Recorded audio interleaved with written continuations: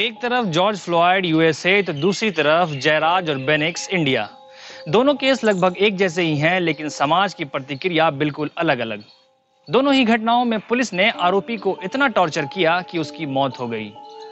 तमिलनाडु के तुथिकोरीन में एक बाप बेटे की पुलिस हिरासत में सिहरन पैदा कर देने वाली मौत ने पुलिस के असली चेहरे को सामने लाकर खड़ा कर दिया है।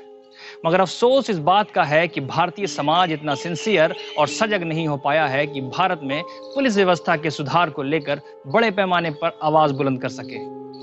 इस घटना को बीते हुए 2 हफ्ते हो चुके हैं और अब इस खबर पर धूल जमने लगी है। मगर याद रहे, कस्टोडियल डेथ भारत में एक बड़ा और संवेदनशील मुद्दा है, जिससे देश की छवि धूमिल होती है। ह्यूमन राइट्स वॉच की रिपोर्ट के मुताबिक 2019 में भारत में 1731 लोगों की मौत कस्टडी में हुई है। इसका मतलब यह हुआ कि हर दिन 5 लोगों की मौत पुलिस कस्टडी या जुडिशियल कस्टडी में हो जाती है। इन मौतों में सबसे ज्यादा संख्या समाज के कमजोर वर्ग और माइनॉरिटी यानी अल्पसंख्यक समुदायों की है, जिसमें ज्यादातर दलित और मुसलमान शामिल हैं। पुलिस हिरासत में मौत का मामला कोई नया नहीं है। सालों से इस तरह की खबरें आपके और हमारे सामने आती रही हैं, लेकिन कोई भी राजनीतिक पार्टी इस पर चर्चा नहीं करना चाहती। भारत में कस्टोडियल वायलेंस के खिलाफ एक बिल पेश किया गया था, आज नहीं, आज से ठीक 10 साल पहले, जिस पर डिस्कशन तो काफी हुआ, लेकिन पिछले 10 सालों से यह बिल पार्लियामेंट से पास नहीं हो पाया है।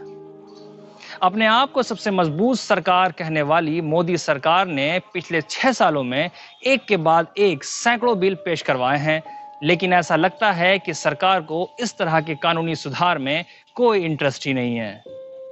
कस्टोडियल वायलेंस पर लगाम लगाने के लिए सुप्रीम कोर्ट ने कुछ गाइडलाइंस जारी किए थे, जिसमें अरेस्ट किए गए व्यक्ति को कुछ अधिकार प्रदान किए गए हैं तथा पुलिस के लिए नियमों का पालन करना अनिवार्य किया गया था।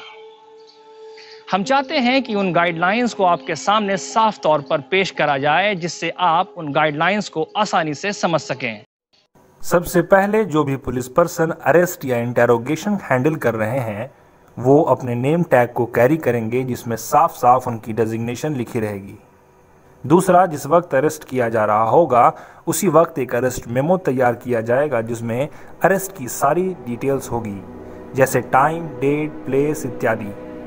तीसरा, जिस व्यक्ति को अरेस्ट किया गया है उसके किसी रिलेटिव को या दोस्त को इन्फॉर्म किया जाएगा और उसे बताया जाएगा कि आरोपी को कहां डिटेन किया जा रहा है।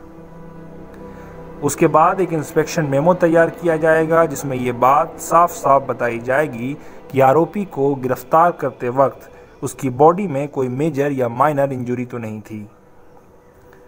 उसके बाद आरोपी का मेडिकल एग्जामिनेशन होगा और ये एग्जामिनेशन एक बार नहीं बल्कि हर 48 घंटे पे किया जाएगा। इन सब के बाद सारे डॉक्यूमेंट्स की कॉपी को मजिस्ट्रेट के पास भेजा जाएगा।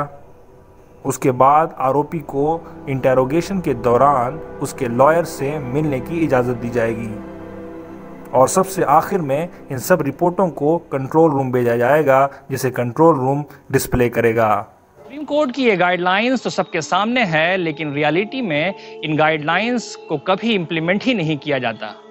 अब ऐसे में सवाल खड़ा होता है कि आखिर इन गाइडलाइंस को सख्ती से इंप्लीमेंट करवाने की जिम्मेदारी किसकी है।